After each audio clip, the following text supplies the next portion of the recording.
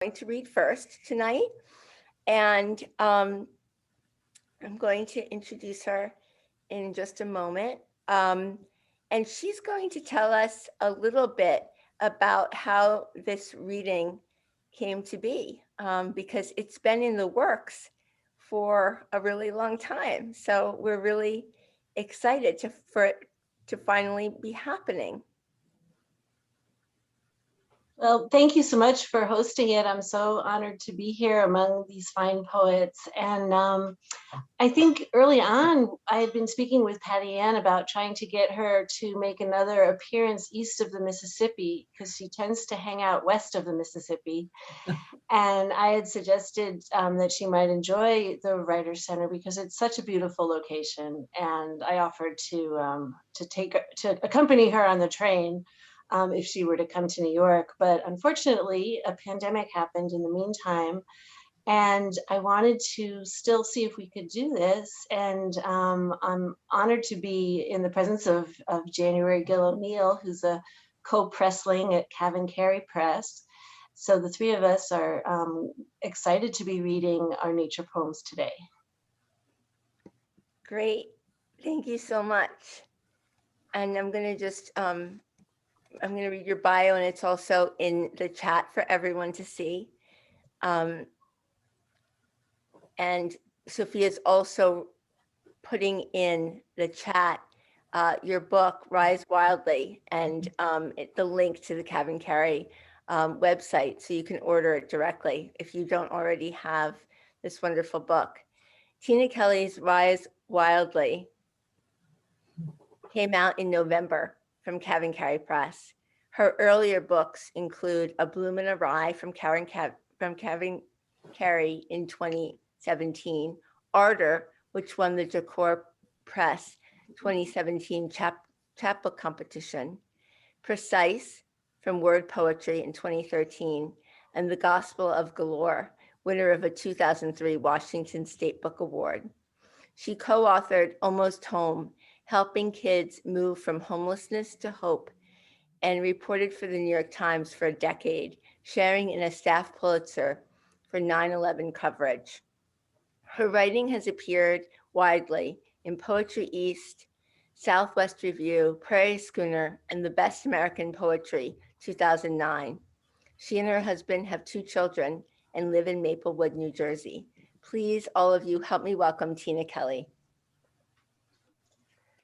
Thank you so much. The first one I'm going to be reading is from Rise Wildly. It's related to what I was just doing this afternoon, putting in a garden. Hopefully the last frost is done for the year. It's called Planting Nearest the Prayer. You, new garden, have all the charms of a 7-month-old baby. You sit up and smile, stay where I put you for a few short weeks. You haven't confounded me yet. I haven't fallen behind, failed, or felt regret. See verve, new ambition. See various hopes. What tricks will you do? Attract bees, give me edible blue flowers to freeze in ice cubes. Produce blooms for each room and for hanging from attic rafters.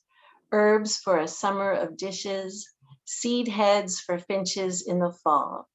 I'm curious, what will thrive and reseed and naturalize? Which will the squirrels eat, the drought singe, the trees overshade?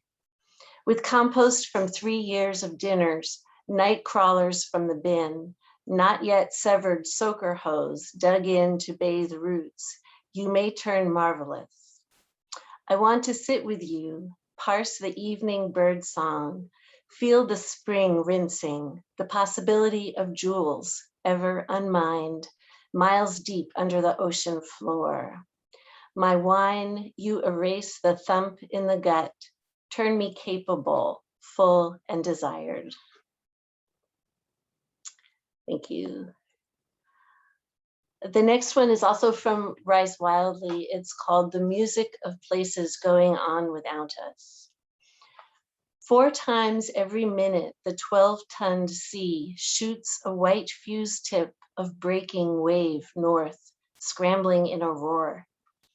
Next, the pounding through the gorge resounds, the waterfall hitting rock slope, splaying with white weight, loud yarns spilling at 5 a.m., noon, midnight.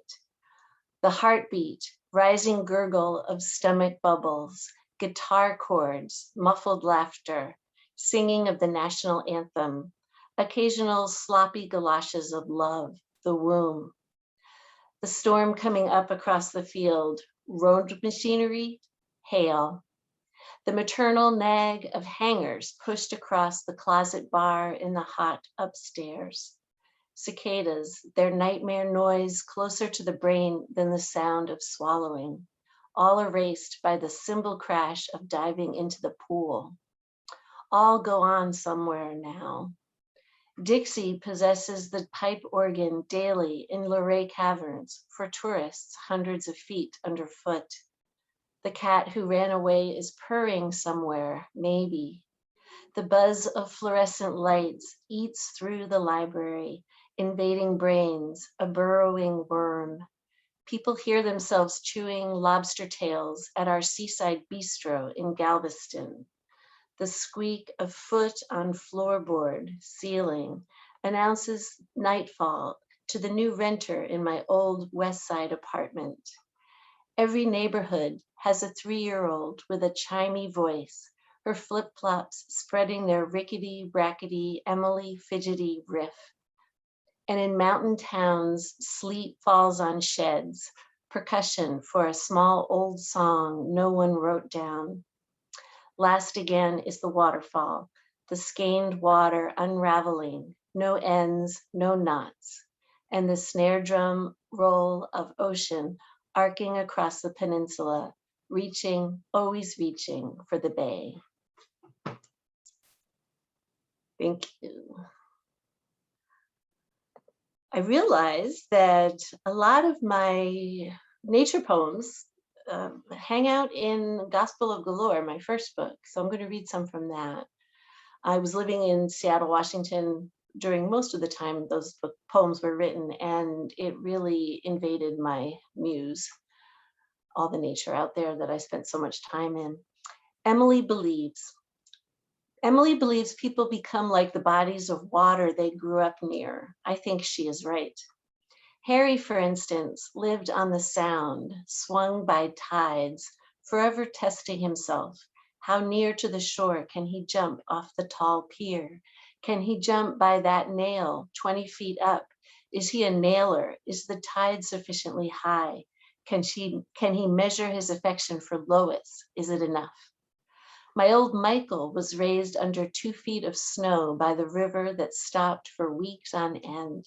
He was swift and calming, buoying me for some seasons, but I never understood his hyperrheic zones, his currents, his eddies.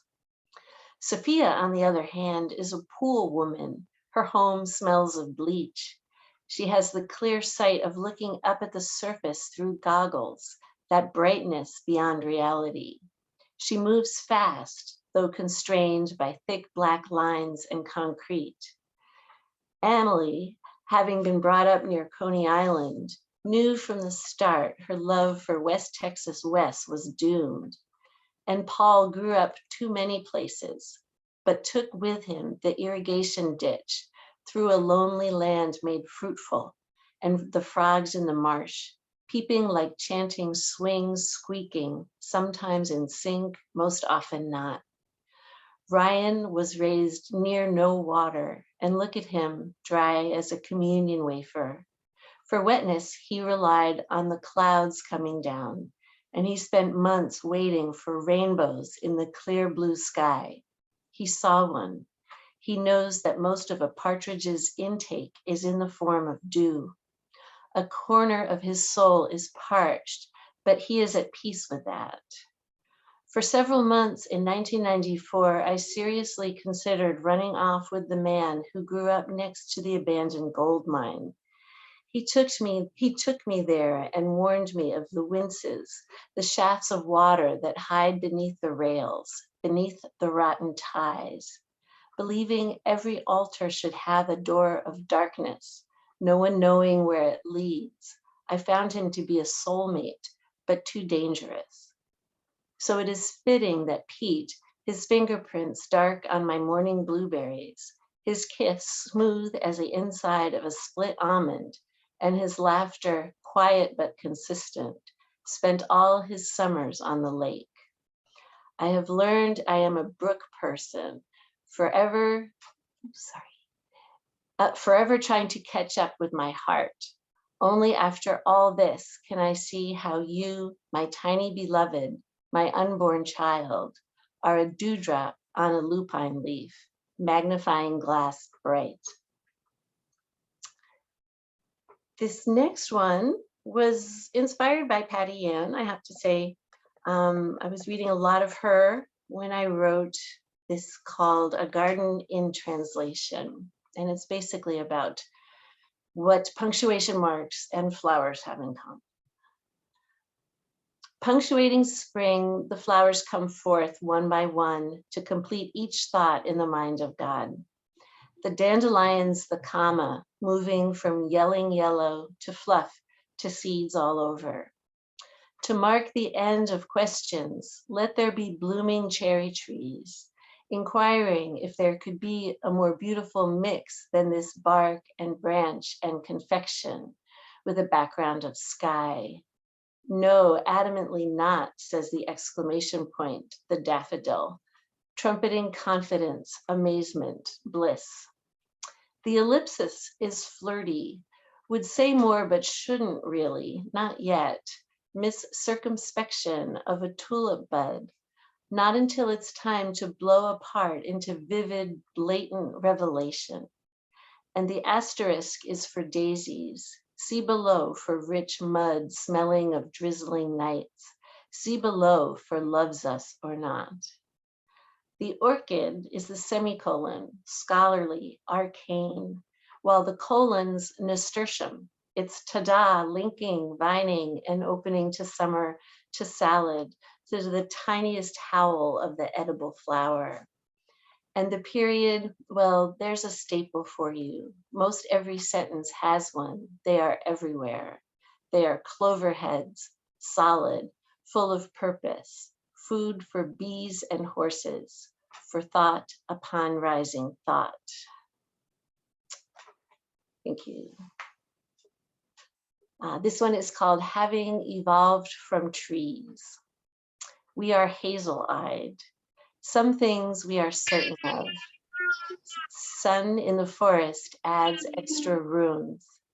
We hide inner twisting under our skin. A beehive within is a blessing. Never play with matches, ever. We teach to bloom, to fruit, to peel, to heal in a swirling burl, to suffer pruning silently. We remember the itch of chickadees, blue air of twilight like a shawl, the liquor it resembles. We taste with whole selves. Our women are never too stocky, don't diet. Our day, dressing, bedding down, is a year. At weddings, we wear wren song tatting in our hair. We converse in the pulses of rained-on leaves. Our God is wind. We need no heartbeat. We worship by swaying, masts in a marina. Our low song, too low, withers and flaps. We sanctify the privilege of embrace, of running the afterlife of dance. The sun pulls life through us, up and flaring, a yellow scarf from a magic tube, higher, wider. We die with loved ones, rot in their presence, nourish their offspring, and watch the continuance, ever exulting. And the last one I'm going to read is Ways in Which You Are a Giant Good King Humbert Blue Dahlia. It's a love song borrowing freely from the Park Seed, Flower, and Vegetable Catalog, 1994. Midwinter, and I'm browsing through the catalog you gave me to pick a garden from, and there you are, sturdy with a somewhat upright habit, vigorous and bushy to about 6 feet high, always staying neat and restrained, durable, adaptable, dependable, perennial, best for bedding, spectacular spring through fall, though not bad in the winter, your native weather. But there's no such thing as a blue dahlia, so perhaps you're a picote lace apricot tuberous begonia, a lifetime investment in beauty. Or maybe a whopper improved, or a big beef or a better boy tomato, more meaty with the same juicy sweetness we've always loved, hardy against the wilts, nematodes, and tobacco mosaic virus. Fantastically prolific, though not a burpless hybrid. Or a rose, the culmination of over 40 years of breeding by one of England's outstanding rosarians, named Novalis, damask, snowcloth, moonwink, your luminescent crimson topped with gold, fresh and elegant with unmatched brilliance, free blooming, long lived, such luscious promises, cool, refreshing color, for that shaded bed is mine with this outstanding variety, hardy and cushion forming. And here I am with the tentative smile of the kid in braids from a state without a major city who won the largest sunflower contest, squinting because the brightness hurts my eyes. Thank you. Thank you so much. That was such a wonderful reading, Tina. Thank you. And thank you for making this reading happen. It was, I remember when the planning first started, and I just want to thank everyone at Tietjens and CavanKerry Press who helped Sophia and myself market this reading and bring all the information out into the world, because we're really happy to have the three of you here tonight. January Gil O'Neil is an associate professor at Salem State University and the author of Rewilding, Misery Islands, and Underlife, all published by CavanKerry Press. From 2012 to 2018, she served as the executive director of the Massachusetts Poetry Festival and currently serves on the boards of AWP, Mass Poetry,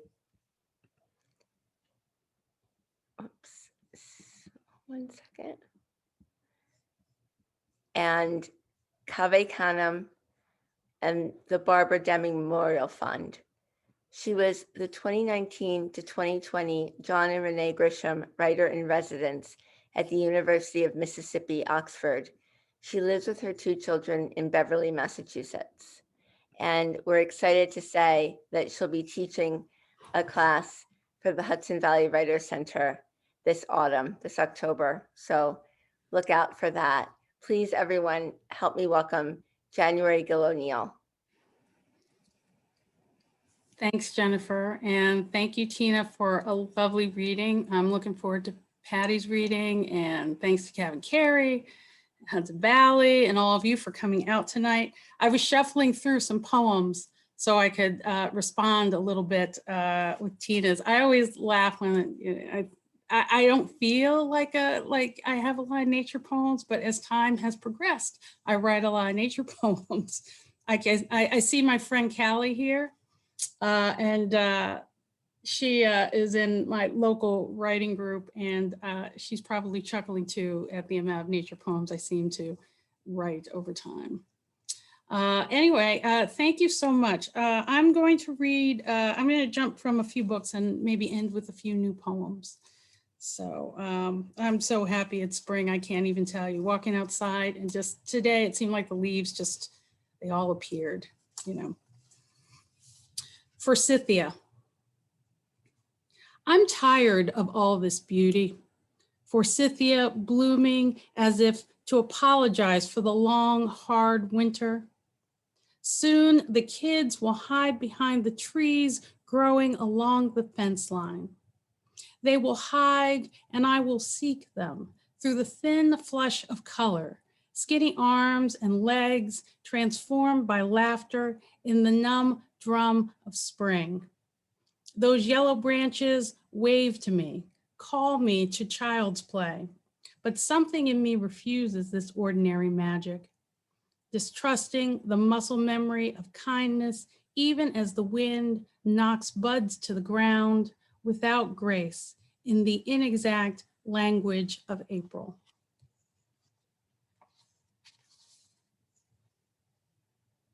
How to love.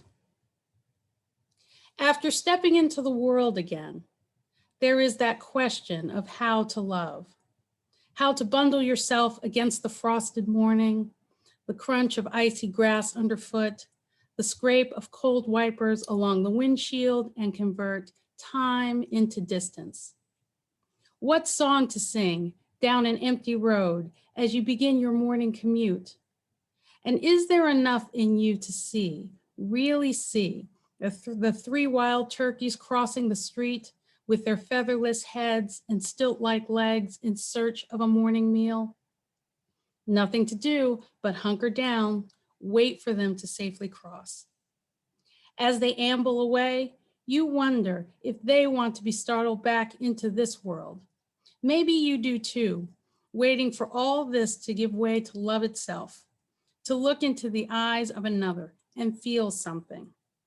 The pleasure of a new lover in the unbroken night, your wings folded around him. On the other side of this ragged January, as if a long sleep has ended. Cool part about having a name like January is that you can get into a lot of poems. And I was gonna just do a little shout out because Jennifer mentioned that I used to be the executive director of the Mass Poetry Festival. The 11th Mass Poetry Festival starts tomorrow. So if you head to masspoetry.org, you can find out all about it. It's all weekend, so I encourage you to go, but not before, listening to all of this reading first. Okay.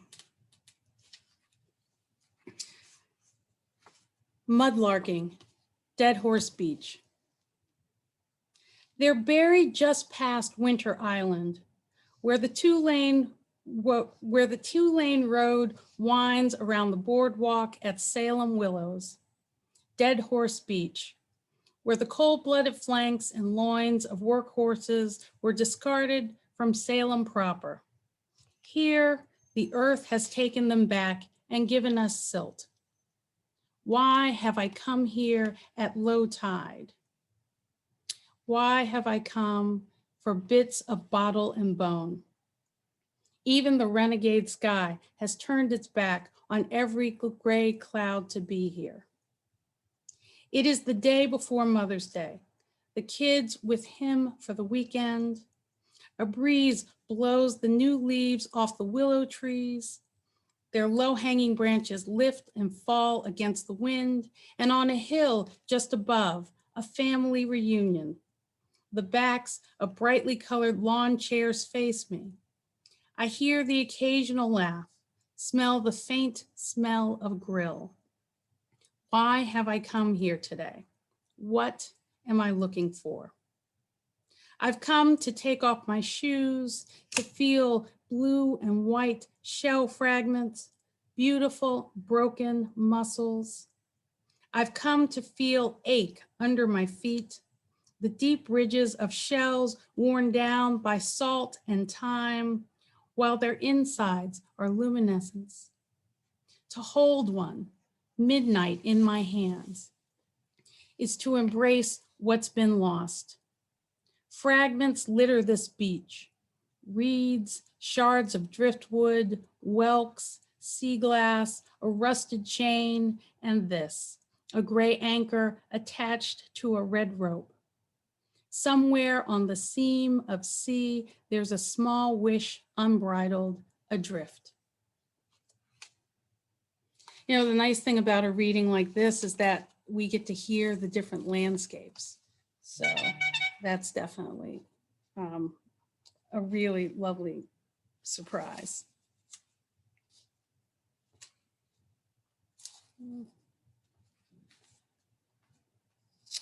Let's see. Okay, jumping around a little bit. Umbrella. Last night, I saw a long blue umbrella hanging on the table by its crooked handle. A green and brown strap held its collapsed ribs in place. Whose is it? No one in sight. Umbrellas carry their own currency, passed from friend to friend, a spare on a car's back seat waiting to be used. Umbrella, from the word umbra, meaning shadow.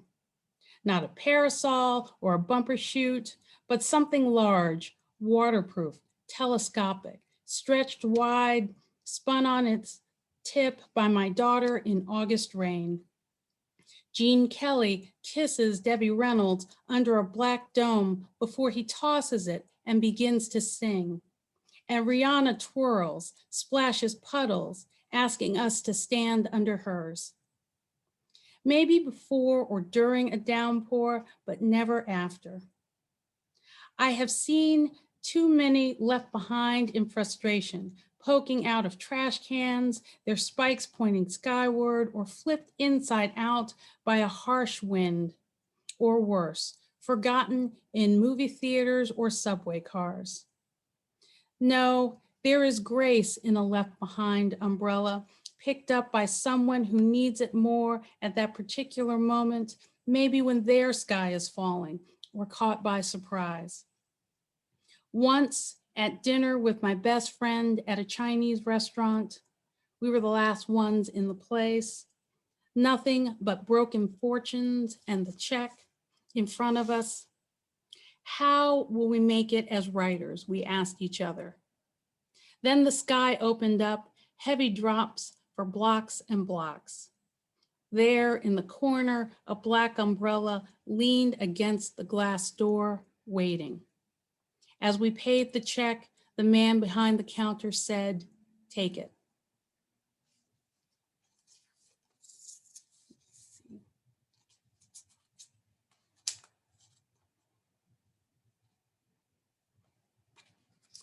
I tend to write a few poems here and there for my children. It was great when they cared less. Now they care a little more. I think I'm okay with these. Maybe the Milky Way. My sun fills the inner space between my arm and body. We lay in wet grass in the heart of the White Mountains, far from the glare of city lights.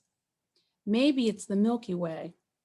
Orion's belt drifts in the hemisphere, so crowded with stars we cannot locate it.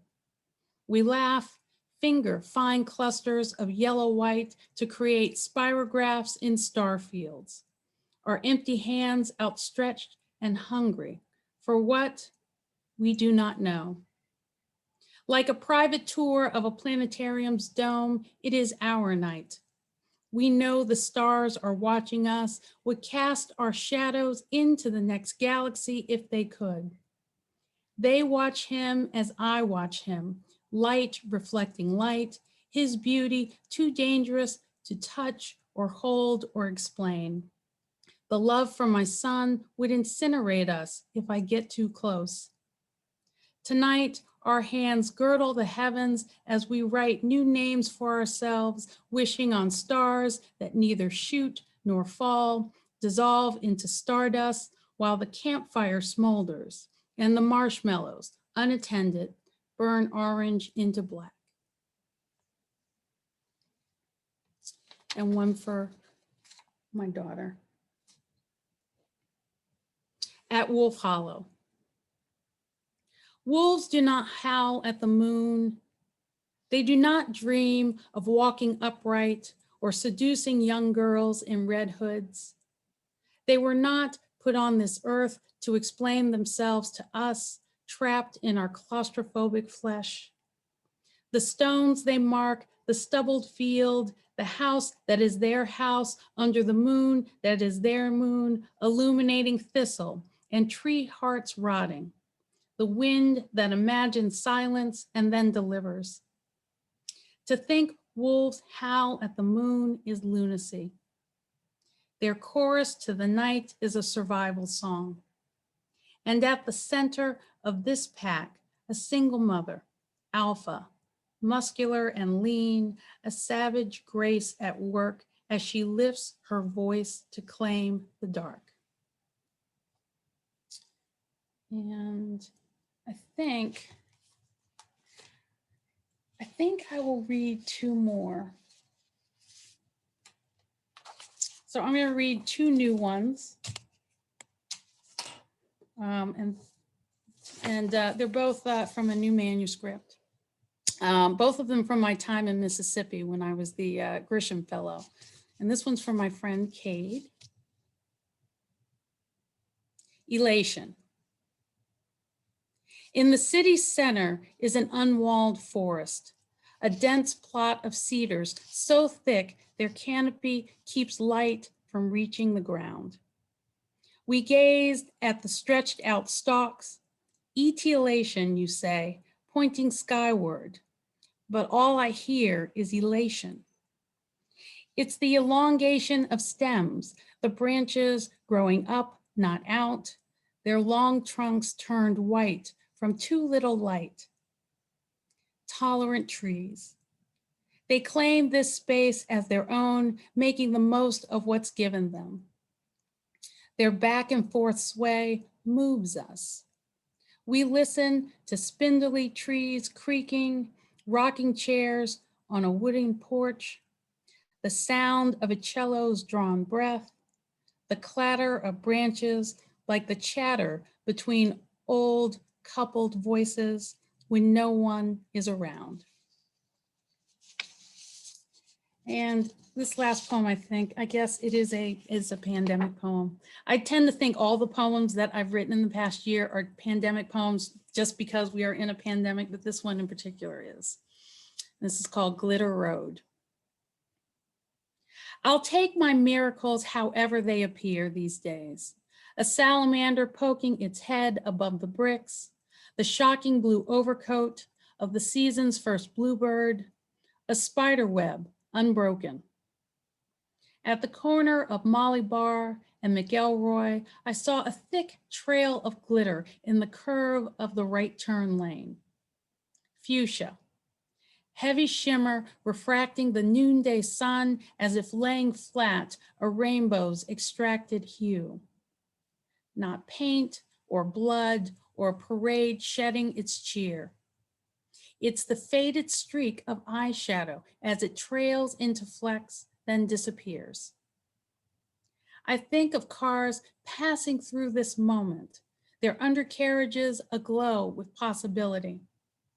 Hard not to feel good riding a glistening wave, my tires now bespeckled with a purple sheen that's tough to rid or wash away, the road ahead made beautiful by this temporary shine. Thank you.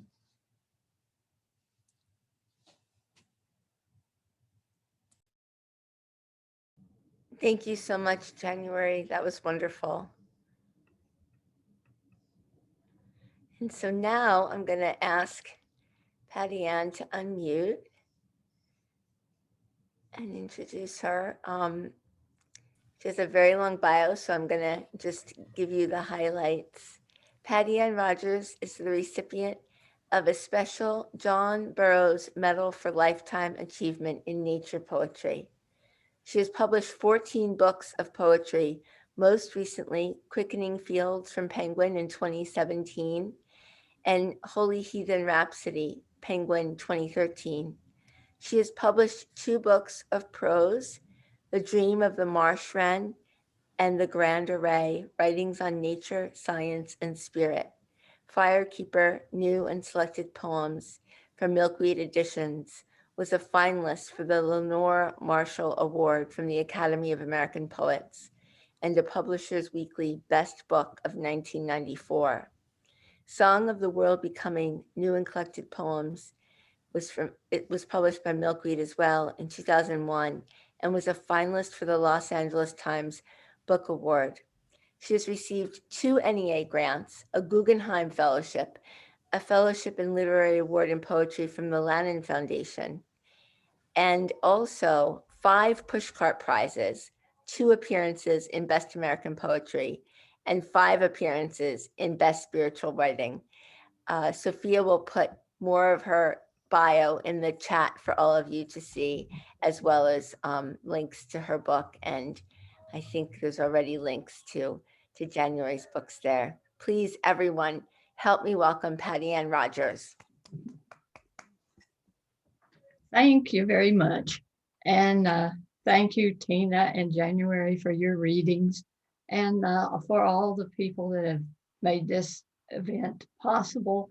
And I know that the Writers Center has had a lot of has had a lot to do with maintaining poetry in your area and beyond. So I'm going to, and I say one, maybe one gift being old is you have a real long bio. So thank you. Anyway, I'm going to read from a novel side of April and May, the spring, which we are all aware suddenly of nature again. And so I've chosen poems that I think maintain that theme to read tonight. The first one I'm going to read is titled Opus from Space. And I had a line from a poem, which at the time I thought was no one knew the poet when I wrote this poem, who the poet was. But I think you'll recognize the line, where did you come from, baby dear? Out of the everywhere into the here. So this is Opus from Space. Almost everything I know is glad to be born. Not only the desert orange tip on the twist flower or tansy, shaking birth moisture from its wings, but also the naked warbler nestling, head wavering towards sky, and the honey possum, the pygmy possum, blind, hairless thimbles of forward, press, and part. Almost everything I've seen pushes toward that place, the place of that state, as if there were no knowing any other.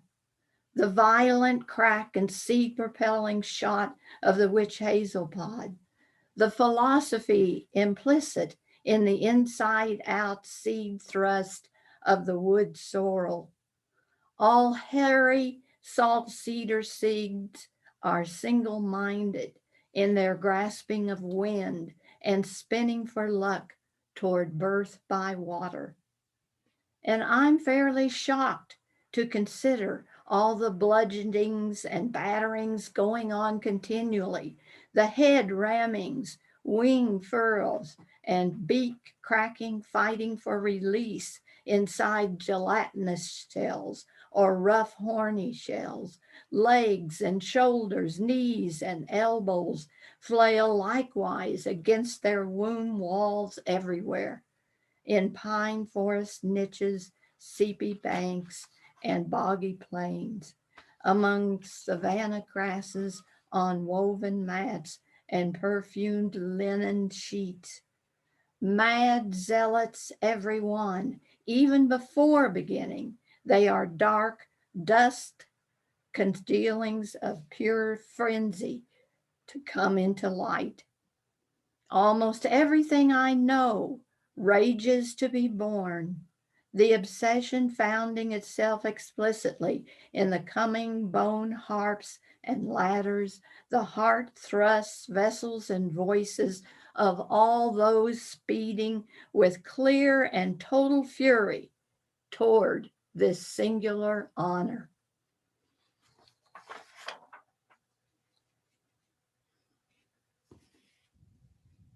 The second poem I'm going to read is called The Rites of Passage. And this was a combination of a couple of experiences I had when I was younger.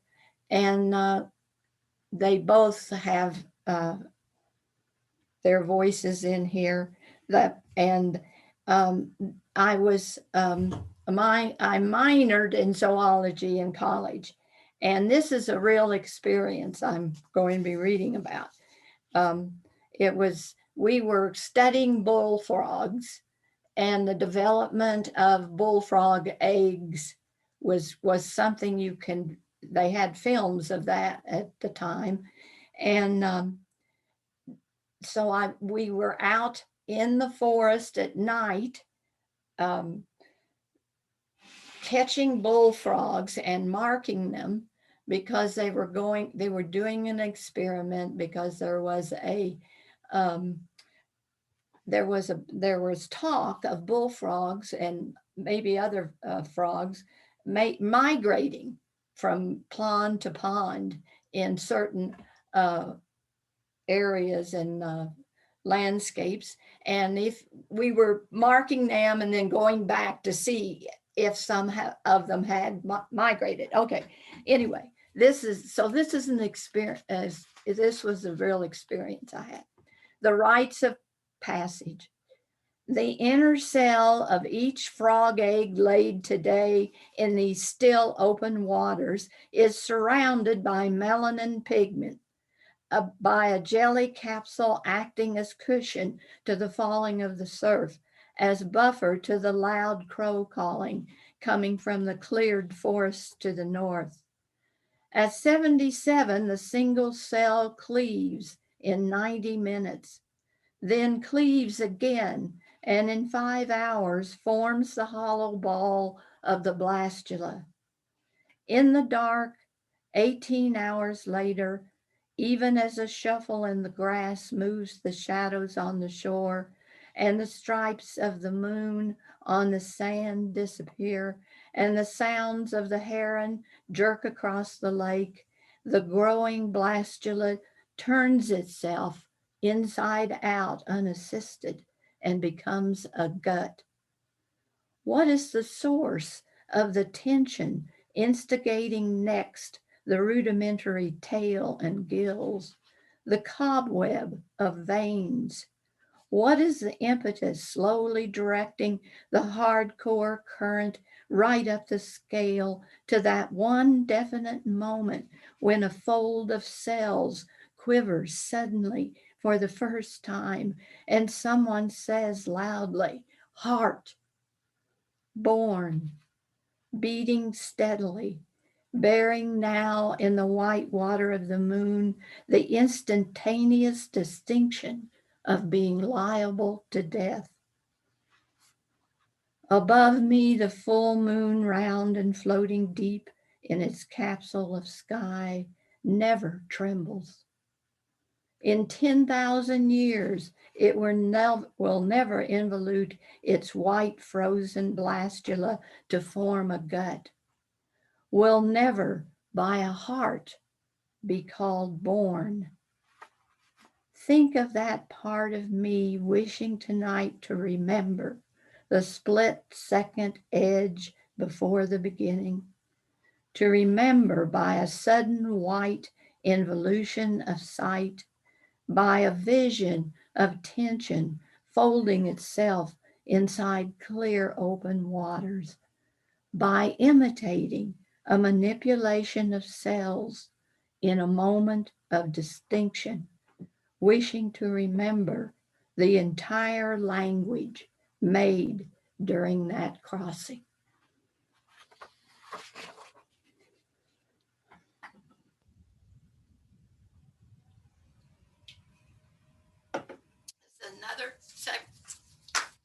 Another poem about hearts. Since hearts, I think, are captured by the spring and the life that's coming to be. And hearts, this is about hearts. In addition to faith, hope, and charity, I'm sure there's a God in favor of drums.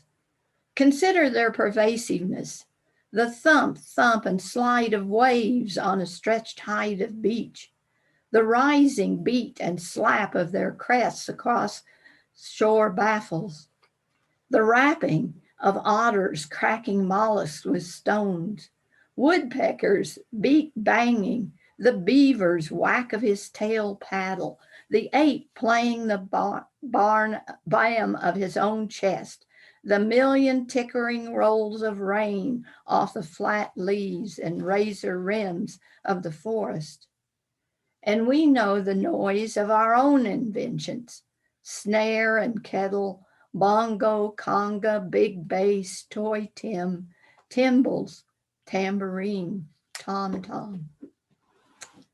But the heart must be the most pervasive drum of all. Imagine hearing all together every tinny snare of every heartbeat in every jumping mouse and harvest mouse, sagebrush vole and leaf shrew living across the prairie, and add to that cacophony the individual staccato tickings inside all gnatcatchers, kingbirds, kestrels, rock doves, pine warblers, crisscrossing each other in the sky, the sound of their beatings overlapping with the singular hammerings of the hearts of cougar, coyote, weasel, badger, pronghorn, the ponderous bass of the black bear, and on deserts too, all the knackings, the flutterings inside wart snakes, whiptails, racers and sidewinders, earless lizards, cactus owls, plus the clamors under sea, low booming in the breasts of beluga and bowhead, uniform rappings in a passing school of cod or bib, the titterings of bat rays and needlefish. Imagine the earth carrying this continuous din, this multifarious festival of pulsing thuds, stutters, and drummings wheeling on and on across the universe. This must be proof of a power existing somewhere, definitely in favor of such a racket.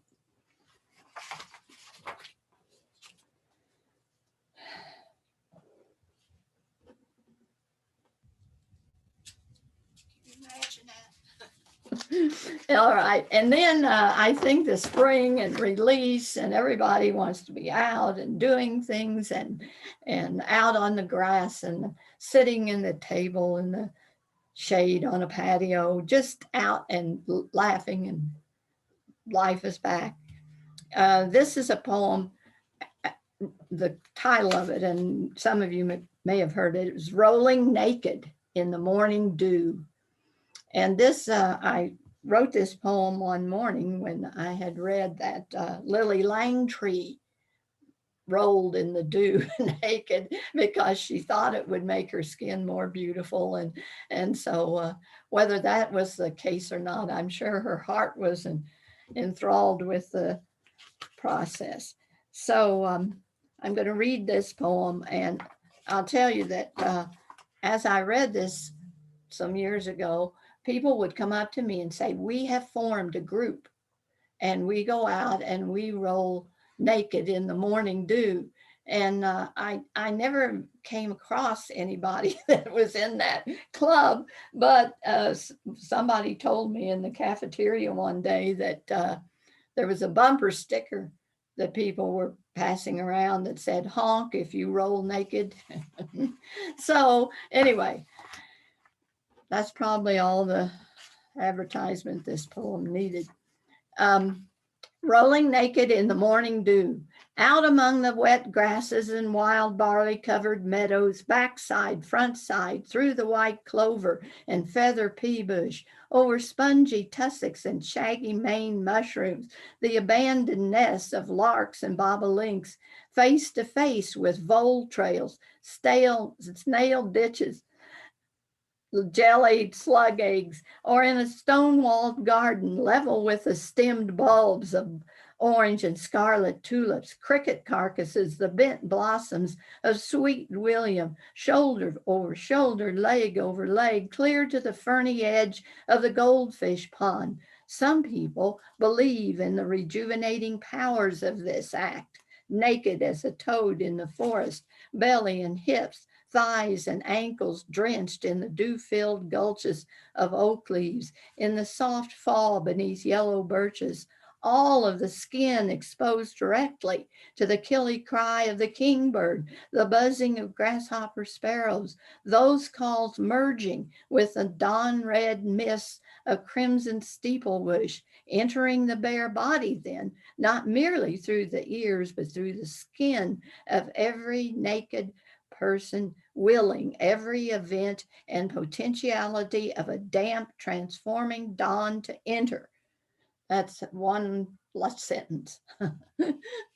It's talking of periods. Lily Langtry practiced it when weather permitted, lying down naked every morning in the dew, with all of her beauty, believing the single petal of her white skin could absorb and assume that radiating purity of liquid and light.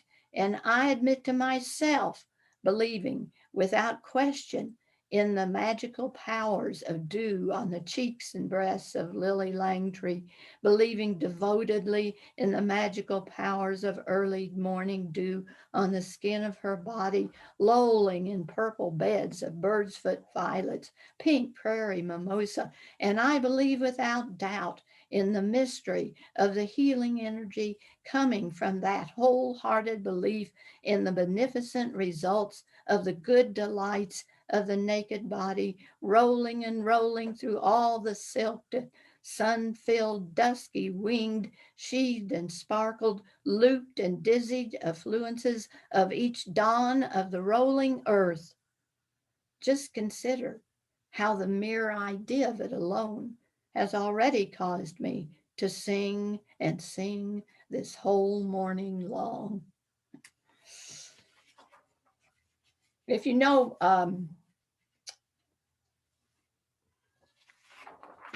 Bob Pyle, have you ever met Bob Pyle, nature writer? He was one of the 5 he didn't win the American Library. Wait a minute. No, it wasn't the American Book Award. Anyway, he didn't win it, but his book of essays was one of the. Okay.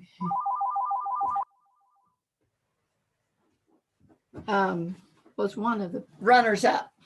Anyway, he is a jolly guy. He knows so much about. If you take a walk with him on a path, you maybe get a couple of yards along, because he can tell you about every single thing, every kind of grass, every kind of flower, every kind of tree. And he looks like Santa Claus. And he said once when we were reading together, he said, "Well, I did it." He meant rolled naked in the morning too. That's another thing to imagine. How I had a lot of my poems have come about by my asking myself a question and then making an attempt to answer it, knowing it probably doesn't have a easy answer or maybe no answer at all. And this poem is a result of that. And I asked myself, in fact, for a while, the title of this was The Greatest Gift. And then I settled on the title, The Greatest Grandeur. And my question was, what is the greatest gift we're given? And so these are some of the answers I came up with, or not answers, responses. The greatest grandeur. Some say it's in the reptilian dance of the purple-tongued Sangoana, for there the magnificent translation of tenacity into bone and grace occurs. And some declare it to be in an expansive desert, solid rust orange rock, like dust captured on earth in stone, simply for the perfect contrast it provides to the blue-gray ridge of rain in the distant hills. Some claim the harmonics of shifting electron rings to be most rare, and some the complex motion of 7 sandpipers bisecting the arcs and pitches of common retreat over the mounting hayfield. Others for grandeur choose the terror of lightning peals on prairies, or the tall collapsing cathedrals of stormy seas, because there they feel dwarfed and appropriately helpless. Others select the serenity of that ceiling cellar of stars they see at night on placid lakes, because there they feel assured and universally magnanimous. But it is the dark emptiness contained in every next moment that seems to me the most singularly glorious gift, that void which one is free to fill with possessions of men bearing burning cedar knots, or with parades of blue horses belled and ribboned and stepping sideways, with tumbling white-faced mimes, or companies of black-robed choristers, to fill simply with the hammered silver teapots or kiln-dried crockery, tangerine and almond custards, polonaises, polkas, whittling sticks, wailing walls, that space large enough to hold all invented blasphemies and pieties, 10,000 definitions of God and more, never fully filled, never. Thank you for listening. That's it.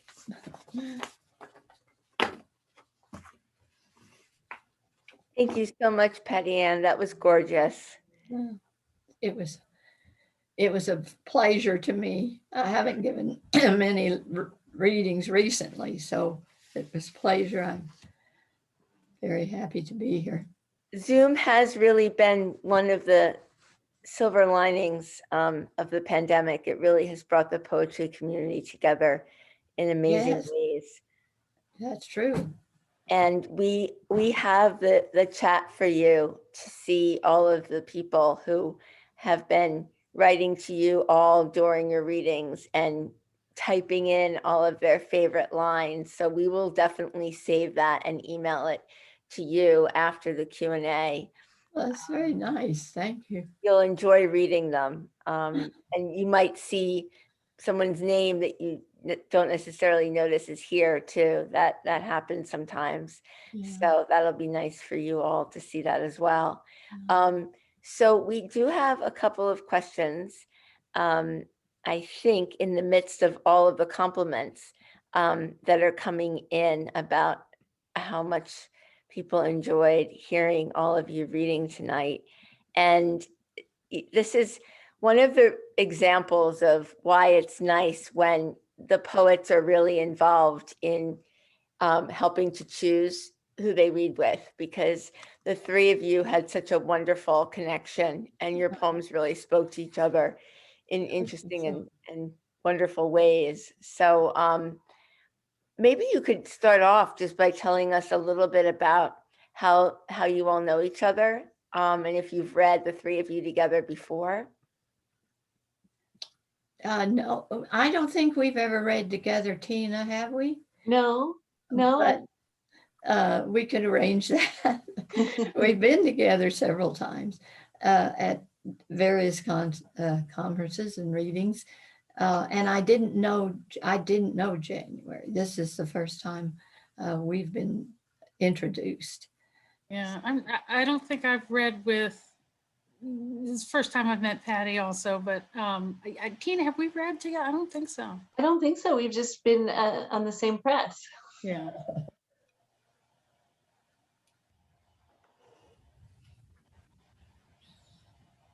Well, I had some, not a book published by CavanKerry, but when I was in residence at the Frost Place in Franconia, they did an anthology of the people who had been residents there, of the poems they wrote while they were there. So I know that press, at least the people that were there when this was going on. I don't know. Do they still have that poetry residency at the Frost Place? Do you know? I don't. Yes, I believe they do. Yeah, still going on. So.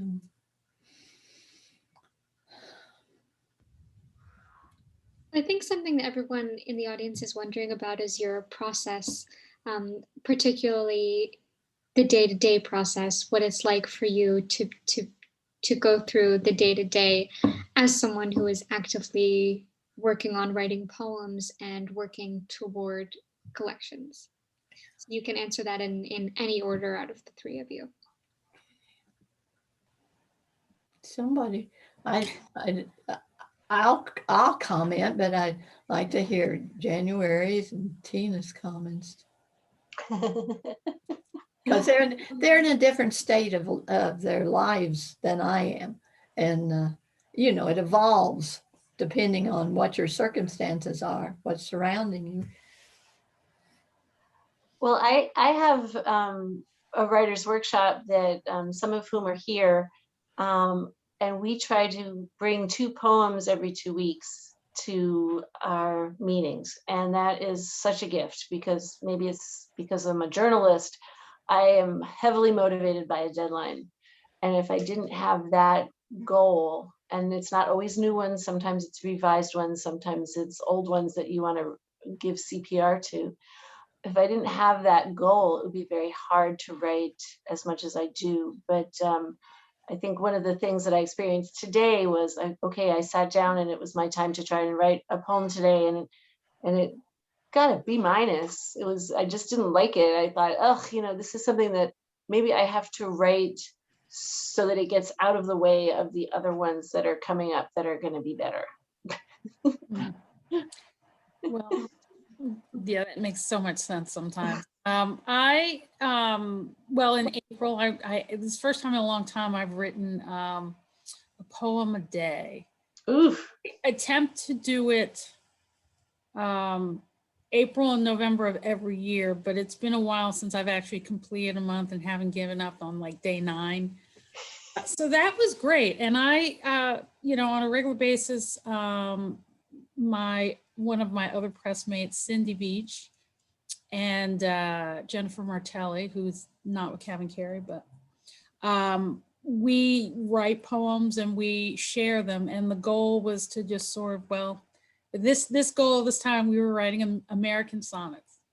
So between reading Terrence Hayes's version of American Sonnets and Diane Seuss's new book, you know, we were motivated. So, you know, my process has changed over time, and I wish I were more deadline driven, but I'm trying to be better about writing as a process, especially because I teach and I tell my students that if you have a process, you know, if you write every day or every other day, that, you know, will see you through. And then I don't do that. So I'm trying to be better about that.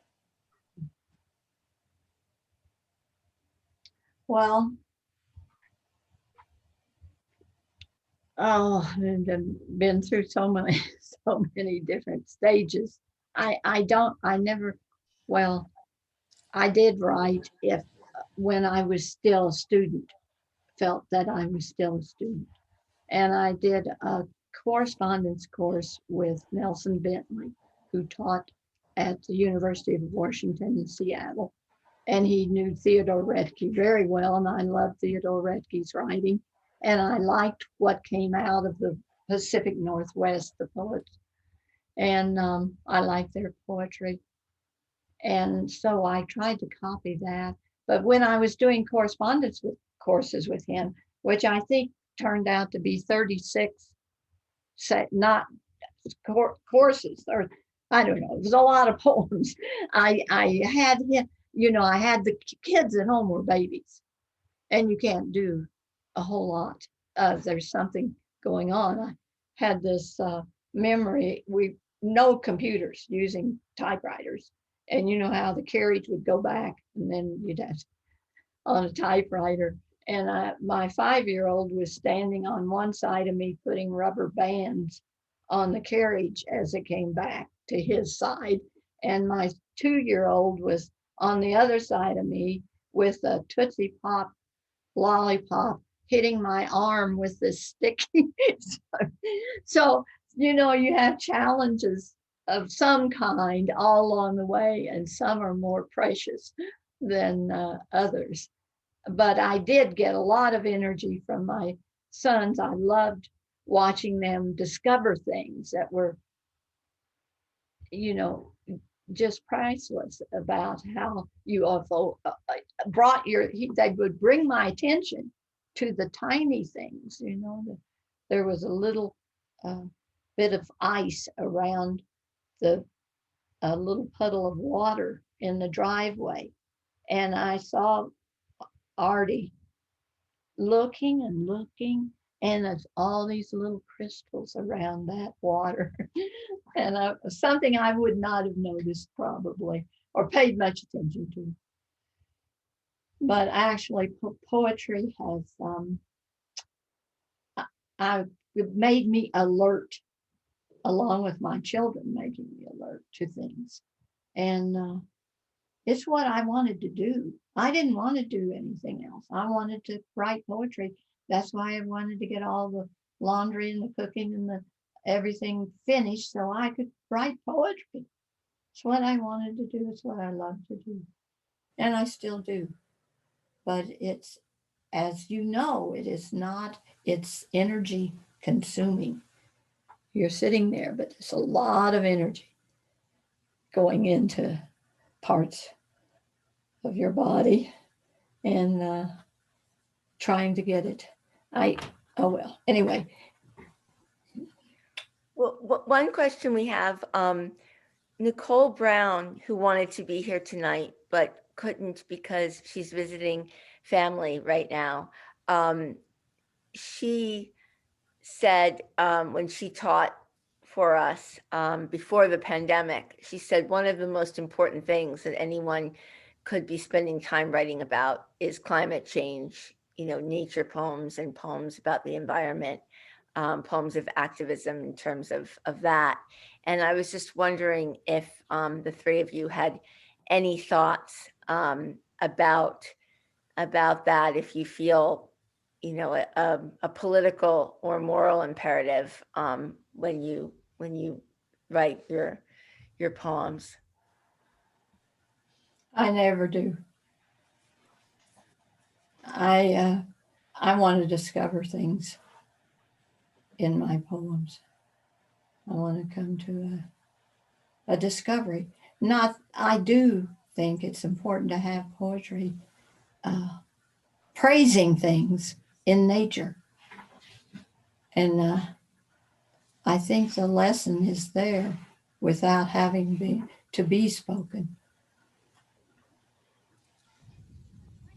In terms of the environment, I have one poem in my new manuscript that that falls in that category. You know, for a long time I thought about, I also believe that you should, that you should discover and completely be open to whatever comes to the page. But I don't know, this past year, being so secluded from everyone and watching some of the terrible things going on in the world, I don't know if I have the luxury to just sit on the sidelines anymore. So I don't lead with that when I sit and write. Usually when I try to write something that's more political, it sounds like I'm trying to write something political. So it still has to be a good poem. It still has to work on the page. But but if you're writing, for instance, a poem a day, some of the poems, tend to lean that way, and that's okay. Hopefully with some revision, I can use one or two of them down the road for other projects, or maybe there's a little life in it. But yeah, I'm not sure if I have the luxury anymore to just wait around. Do you think it helps? Because we have preached to so much. We're giving, people are giving their feelings with anger a lot. And I don't know. I don't feel like I can give people information about how to think about all this. I'm working on one that has to do with loving the world back from the brink. And if there was any way of just loving it enough, then maybe that would be enough. But it sounds very naive and it's not a finished poem yet. I'm struggling with it. Well, actually, that's a nice way of putting what I was trying to say too, that it, you know, Praise. I had that, I worked with Minneapolis and for the Milwaukee County Zoo for 4 years, remotely and back and forth, because the Poet's House in New York City was having this project, and I was to choose and find poems to place within the zoo to what I felt was to form a bond other than science. You know, you find lots of information about the animal, but what can connect your heart to that animal? And and so I found 55. We had 55 signs of beautiful signs. 2 artists were working on the signs, and placed at the hippopotamus pool, at the grizzly bear. No, there were no bars. Everything was open. The elk had plenty of room. The caribou did. It's a beautiful zoo. It's out in the forest. There are lakes. And anyway, I felt that was the way I would like to see poetry work, that you can bring attention to how valuable what we have is on this earth. And I was glad to be able to do that. And I was glad I was asked to do it. And it was eye-opening. I don't know what the result of it has been, but we chose poems from several countries internationally, not just American poets, and not just contemporary poets. And I think a very wide range of comments. We have a question from David, and he would like to know from each of you, what have you read lately that blew you away? What did you love recently? It doesn't have to be poetry, but it can be. I'm reading Diane Seuss's book. I've been reading it off and on for the month, and I love it. I haven't read anything in a while that I've really liked that much. And that's all poetry. Did you see that she had the poem a day today? I did. It was amazing. Yeah, she'll come. All of you come back to hear her read at the center on Zoom on June 2nd with Tiana Clark and Paige Hill-Starzinger. How often do you have readings? Almost every Wednesday. Oh, monthly. Almost every week. Yeah. Oh, yeah. That's a lot. The one I read most recently is Franny Lindsay's Snow Wife. She's another CavanKerry poet, and it came out last year and is really, really moving and worth taking a look at. Oh, great. Thank you. We have another question from Shanhu Lee, who says, I love your beautiful poems. They are also very powerful, but I wonder, do poems have to be about beautiful things only, or have to be always beautiful? Ask Pattiann about her compost poem. Yeah, I know. And do you know what about that, Tina? that a woman, London was having their spring festival, and she's a music composer, and she wanted to put music to that poem for one of their concerts, which she did just last week. No, yeah, I wrote that poem because I don't like the term, actually, nature poetry. It kind of confines it, and most people think, oh well, they just love everything, you know, and or no, what they say is it's not authentic, that you've created this thing. In fact, Joyce Carol Oates wrote something essay, I think, about it, and she didn't like nature at all because she got attacked by fire ants one time as a child. So she thinks everyone makes up these other things.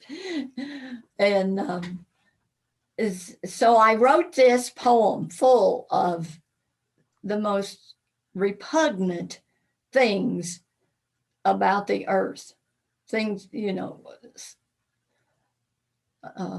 all kinds of garbage, and I have earwax and smut and all kinds of words that bring up those visions. But the last sentence is, and I'm talking to a you grainy haired such and such, you, and using these words that are all from nature. And then the last line is, nobody loves you as I do. So that was my answer. And that has been set to music and sung in choral. I have a choral. Oh, well, anyway, that's kind of funny. I was going to read it, actually, but had to stop somewhere.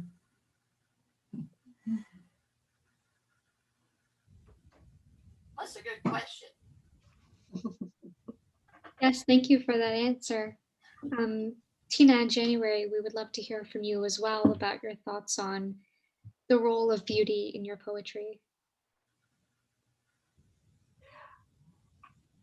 Well, my last book was on kind of, it was called A Bloom and a Rye, and it was a combination. It was sort of worship of both the really good and wonderful stuff, but also some of the awe-causing awfulness that you see in this world that comes up.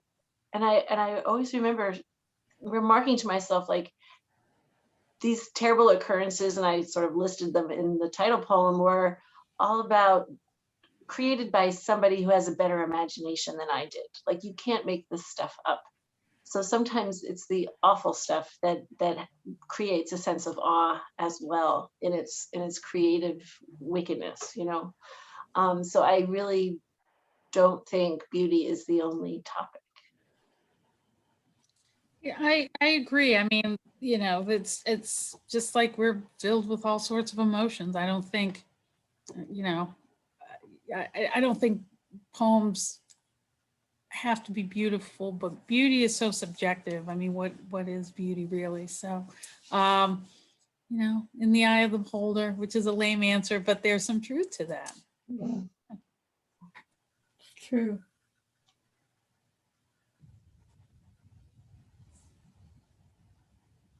Well, there's sadness and there's cruelty, and I think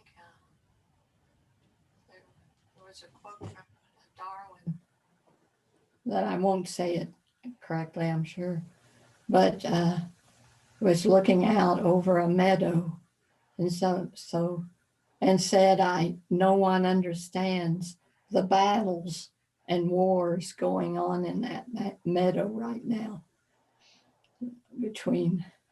He didn't go any further, but all, you know, animals are out there. Even flowers, even vines fight each other, even branches and trees, and want more sun. You know, it's out there. The lion and the lamb. And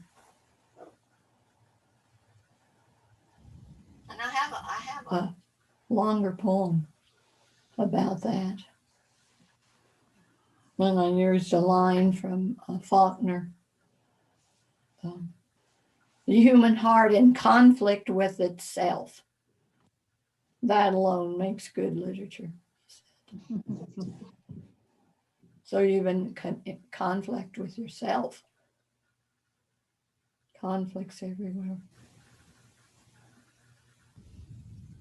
I think we have time for one more question. Do any of you have advice for emerging poets? We have a lot of students in the audience tonight, and most of them are working on their first full-length collection right now. So any advice that you may have for poets who are just submitting their work now to journals and to First Book Awards, we'd love to hear your thoughts.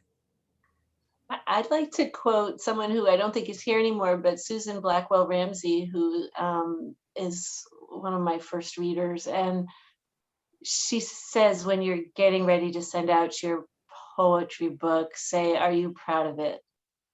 And I've had some that I thought it was ready to send out. And then Susan said, well, and I said, oh, no, I'm not ready yet. You know, it's that sort of the real gut check question.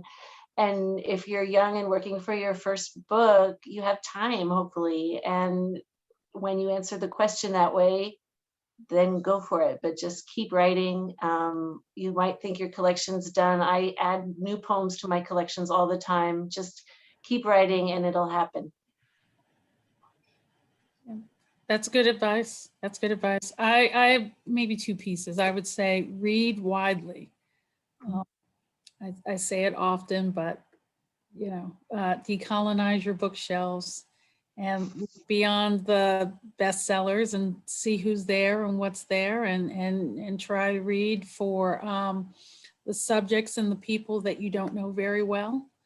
But I would also say, you know, you should try to do something every day for your art. So if you're not writing, then hopefully you're in conversation with other people, or you are taking long walks and feeding your soul, or you are, you know, any number of things, revising, you know, just do the little things matter. It doesn't seem like it. It's been really hard to write over the past year. At some point I didn't know, I wasn't sure how long, you know, we'd be in this state. So I just decided early on that I was just going to try to press through, and whatever came out, came out. So even when you don't think it matters or that you're not accomplishing much, you probably are. Just keep your head down and keep moving forward. Well, I have a couple or three things. That's more than that, but Stanley Plumley was one of my workshop leaders. And he said, and I don't know what the poem was, but he said, imitate anybody else, but don't imitate yourself. You're writing, don't imitate yourself. He said that. He also said, when you start, don't go out for bear. In other words, don't go out thinking you're going to, you know, tell the great truth to the world. You know, it's the simple things that actually have value if you approach them right. And then Auden said, what is it that any young poet must have? And most people say, oh, they have something they want to say. But that wasn't his answer. His answer was, you have to have a love of language. You have to love language and the sounds of it and how it you can malleant. It's all the things that you can do with it and love working with it. You know, that's our only tool other than a computer now. Used to be a paper and pencil, but that's our only tool. Violinist has a violin. Baseball player has a bat. But we have language. So those would be the things I'd say, I think, first. Thank you so much. And thank you all for being here tonight and for this incredible reading. We really loved it. We had someone zooming in, a poet, Cecilia Lompart, zooming in from Paris, saying that this was one of her favorite readings that she's been to during the entire pandemic. So we are definitely going to send you the chat so you can see what all of your fans have said to all of you.